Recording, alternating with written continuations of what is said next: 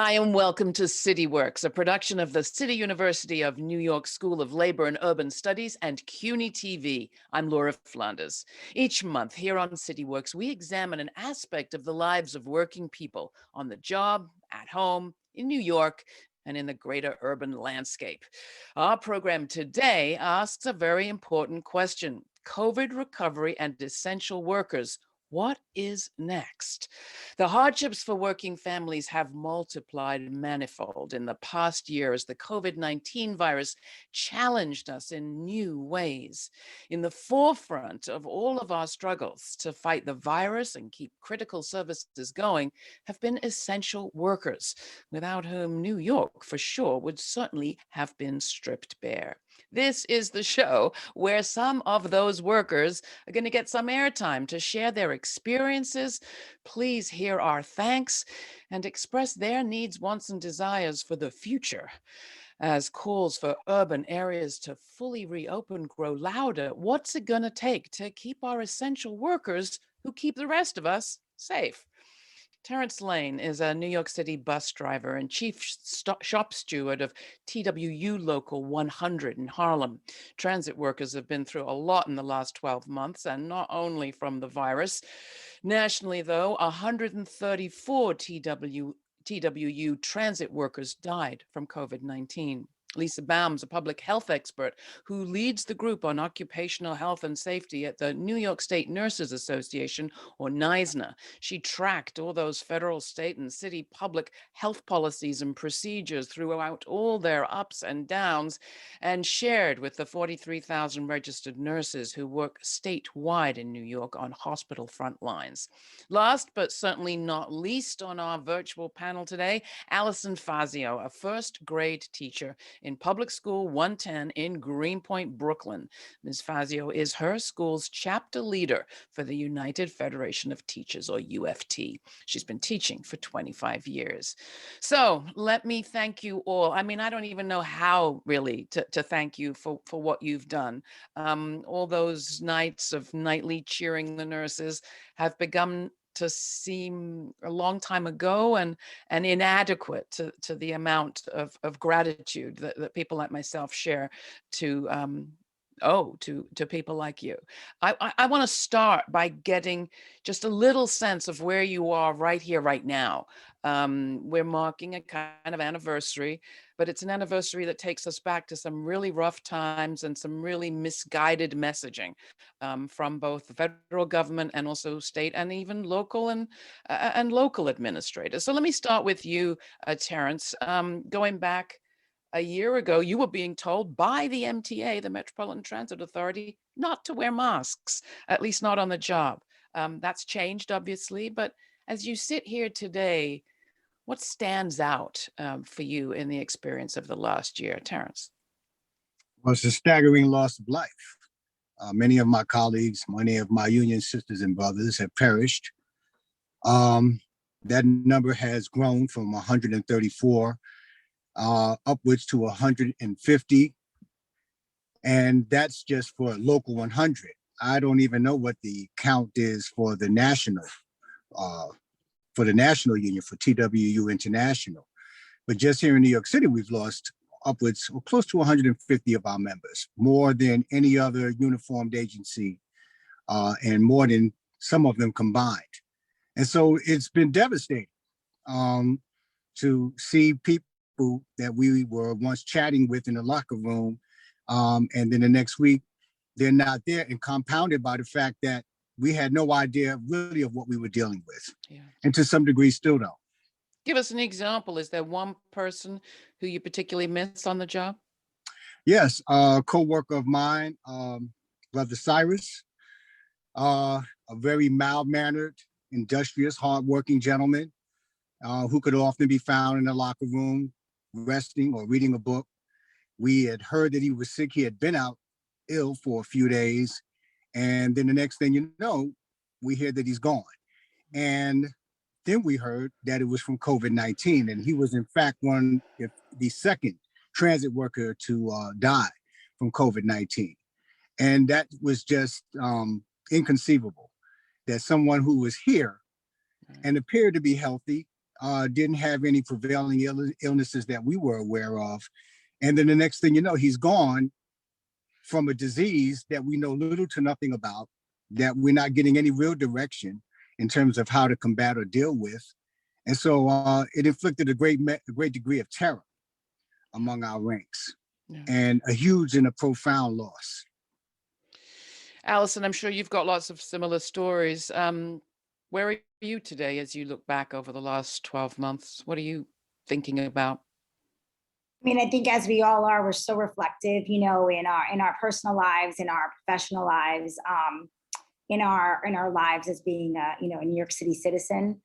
When I think back to a year ago, I remember, you know, all the uproar about not closing schools right away, and you know, the mayor then eventually shutting the schools down, and then teachers had to still go in, you know, to learn about this thing called Google Classroom that we didn't know about, you know, and this now is our lifeline for teaching virtually. And I remember sitting with my colleagues unmasked, you know, socially distanced somewhat, you know, but we needed each other's support, trying to figure out, you know, how are we going to do this? And literally it was a crash course in a day on what Google Classroom is, you know, and thinking, oh, this is only going to be for a few weeks. I mean, I think that's one of the things that really still flabbergasts me, how little we knew then, you know, and how unprepared we were.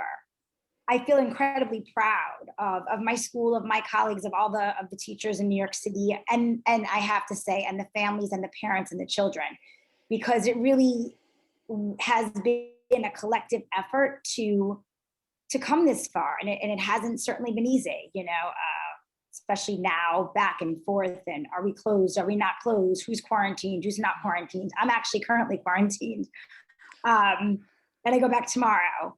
So it's just been this, what my principal says, we have to be nimble. Yeah. And that certainly hasn't been easy. I feel positive, you know, moving forward, finally. Well, that's what we're about right now today, is how do we move forward? But before we do, I want to come to you, Lisa. I mean, Allison talked about collective, collaborative effort. Nowhere was that more obvious than in our hospitals. COVID-19 was not a problem that you could solve through high-priced or fancy surgery and one day out the other. It is really something that requires a lot of nursing. And yet we still see nursing patient ratios not what they need to be. I don't suppose we've solved our problem of PPE just yet.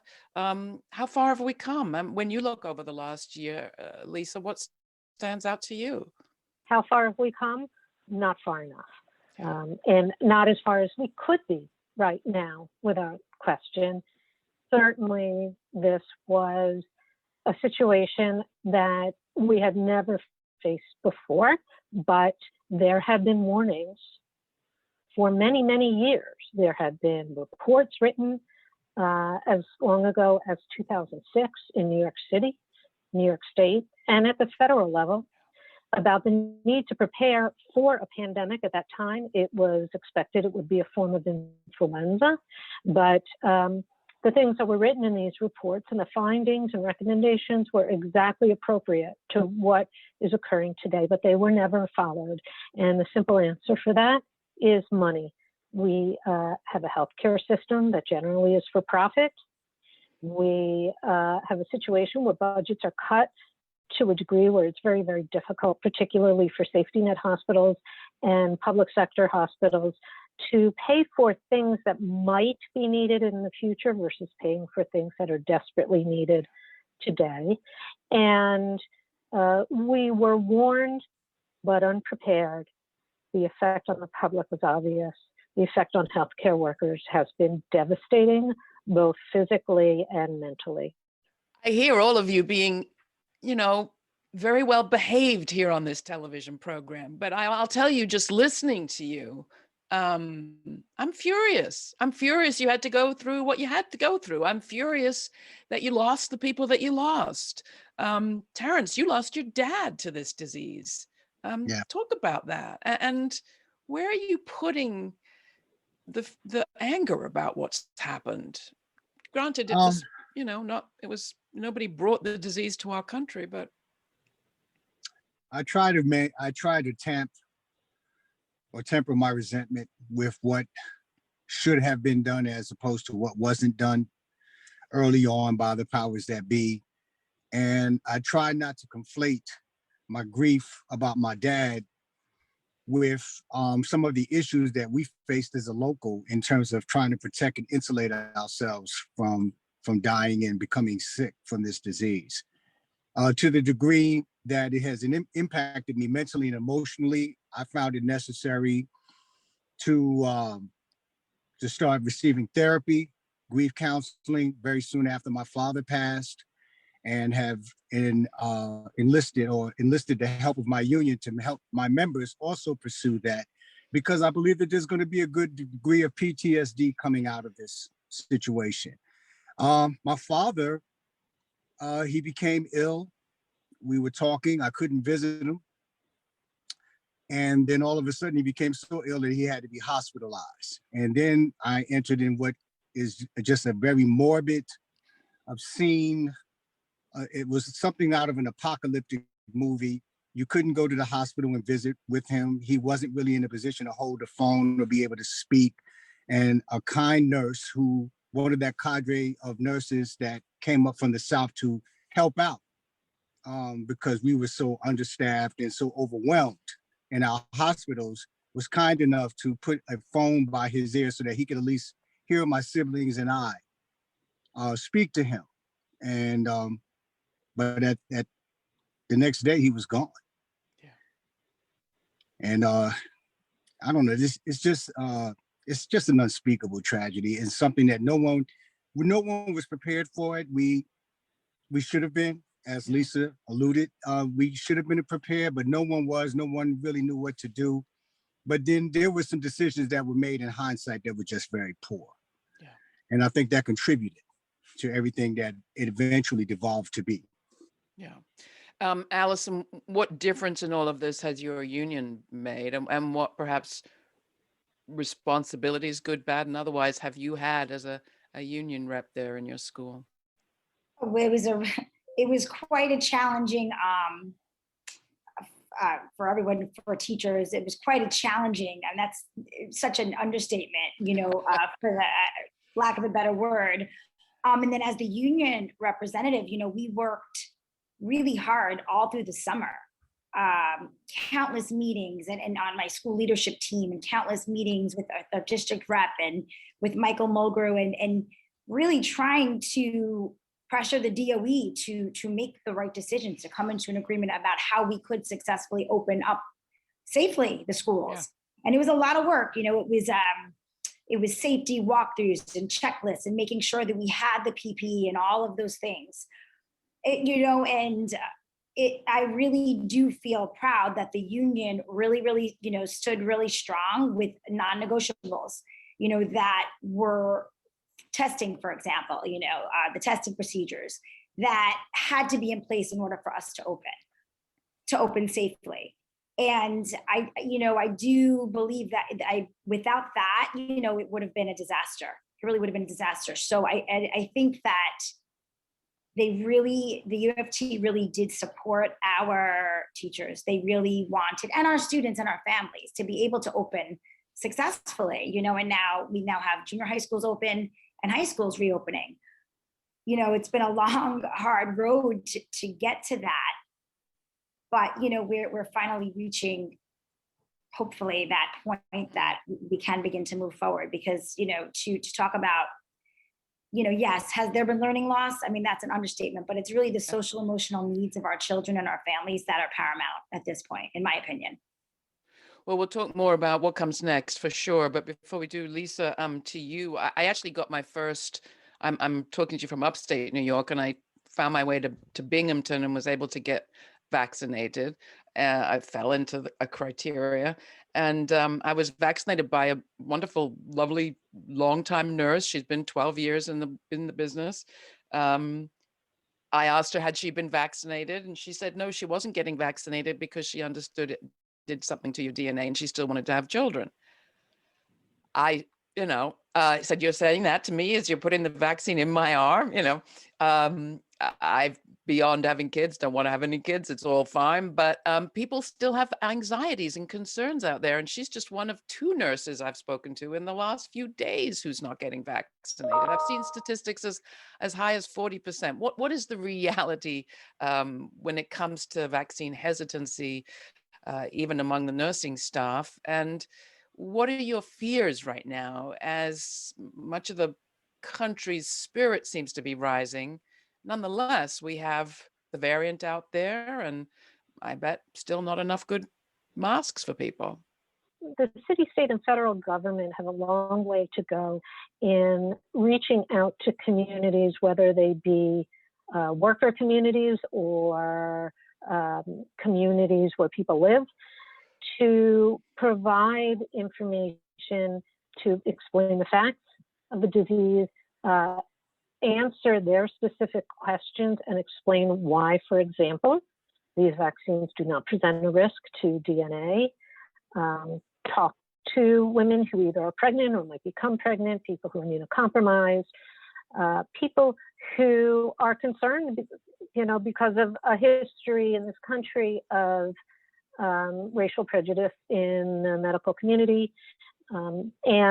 That has not happened in as organized a way as it could be. Unions are one of the sources of that kind of information for our members. So I think we're hearing some of what comes next, a whole lot more education, but there's much more to come. Let's take a quick break for a word from the School of Labor and Urban Studies here at CUNY, and we'll come back with our conversation about what next, COVID-19 essential workers and us. Stay tuned. The CUNY School of Labor and Urban Studies is the 25th and newest school under the CUNY umbrella. Dedicated to public service and social justice, the CUNY School of Labor and Urban Studies offers undergraduate and graduate degrees in the areas of labor studies and urban studies, and certificate programs in labor relations, public administration and public policy, healthcare policy and administration, and community leadership. We pride ourselves on being an institution that brings together activists and academics. Find out more at slu.cuny.edu. All right, we're back. You're watching CityWorks, and we're talking about what next for New York and other urban areas, for essential workers especially. And let's start with you, Lisa Baum. You are a public health official, expert who's been working with the New York State Nurses Association, NYSNA, among others. Do you have a clear kind of set of demands or just needs, wants, and desires from different levels of government going forward? How are you answering that what's next question? We absolutely do. And in fact, healthcare unions and unions who represent workers in other high-risk industries have been meeting regularly, speaking with each other, speaking with federal officials, state and city officials, about the science and what the science tells us about transmission of COVID-19. We know that we still do not have adequate controls in place for airborne transmission of the disease. And this does not matter whether you're in a healthcare setting or on a bus or in a school or in a grocery store. What we need to see from the CDC and OSHA, from the state DOH and city DOH, are guidelines and requirements for employers and for the public that protect them from airborne exposure. Studies have shown since the disease was back in China that there is a high risk of transmission through airborne exposure. And even with the new CDC administration under Biden, we are still not seeing a transition to guidelines that put in place appropriate requirements for PPE, ventilation, et cetera, to protect workers. And what about you, Terence, at the Transit Workers Union? You're a bus driver in New York City. What do you believe your fellow workers need, and are you getting it? Well, we waged a very ferocious battle against the authority, MTA authority, to put in place the measures that we thought would protect us to the degree possible. So we've had hard slider COVID partitions placed on the operator's compartment in buses. Of course, there's the overnight cleaning of trains and buses, and every train and bus must be cleaned at least once every 24 hours. We've had new jobs created where we have operators at certain terminals and relief points that are cleaning out the operator's compartment or wiping it down with disinfectant in order to prevent cross transmission between operators. We have lobbied for the installation of MERV filters in the buses, which I understand they have started installing these different kinds of higher rating MERV filters in buses in order to cut down the amount of particulate as well as pathogens of any kind that are in the cabin as we operate. And as we see a need, we will continue to fight or hopefully negotiate what we need in order to make sure that we're going to be safe. We are just not going to tolerate.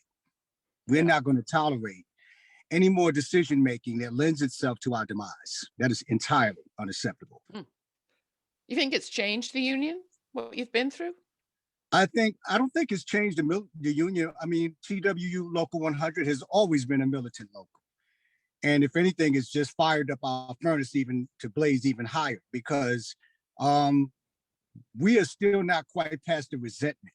I don't think we'll ever be that we felt in the beginning a year ago when we were told that we couldn't wear or use PPE. Right. We couldn't have masks because they were inconsistent with the uniform, that we couldn't wear gloves because they weren't issued. And even as the management dispatched the administrative and managerial staff from 2 Broadway to work from home, we were still being asked to go on buses and work without any protection whatsoever. And the resentment still lingers with many members. And so that's why we are intransigent when it comes to our well-being and what we need to be able to be safe. And as we continue to learn more about this disease, particularly airborne transmission, we're going to be on top of it. And if we think we need more in order to make sure that we can operate safely, we're not asking, we're demanding. Yeah. What about the teachers, Allison? Absolutely. To piggyback on that, the UFT is not going to, just because there's an outcry, right, for kids to be back in school, as we know they should be, they're not going to just sit down and let things happen without the proper conversations and based on what the CDC says. So for example, hearing right now that the CDC, there's conversations about instead of the 6 feet social distance, the 3 feet social distance, which would be a huge game changer. I mean, our children are masked, they are social distanced, but that's a huge game changer. And not to say that I think anyone isn't thinking like, well, that's a positive step, but they're not just going to sit down and just say, oh, sure, let's go. It's going to be a conversation. It's going to, between, the DOE and the UFT and, hard conversations and really based on the science. I mean, that's what it comes down to, based on the science. If this is what the CDC is saying and this is what the science is saying, then I think that is what will happen. Thank you.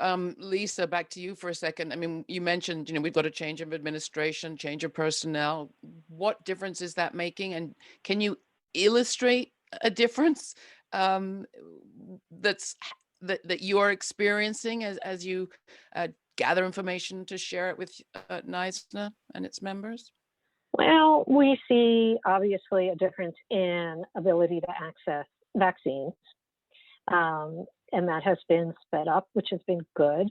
We have seen more action in a change in mentality at OSHA. So they are being more aggressive about following up on complaints. They have received approximately 70,000 complaints related to COVID, have done almost no on-site inspections, closed many of them without full investigation. That is changing. We do expect OSHA to issue a COVID temporary emergency standard for COVID, which we hope will cover things like airborne exposure and the requirement for effective controls. Where we have been disappointed has been in the area of the CDC, where we have not seen them come on board with the science related to transmission of COVID-19. So we do have more of an ear. They are listening now to worker stakeholders, which was much more difficult under the previous administration, but we still have a significant fight ahead of us. Sounds like we all have work cut out for us, but as we are the survivors of this particular challenge, we mourn the missing and work like heck for the living. So thank you. We will be together in this struggle. And I really appreciate you taking part in this conversation today. I want to thank Terence Layne, New York City bus driver, shop steward with the Transit Workers Union Local 100.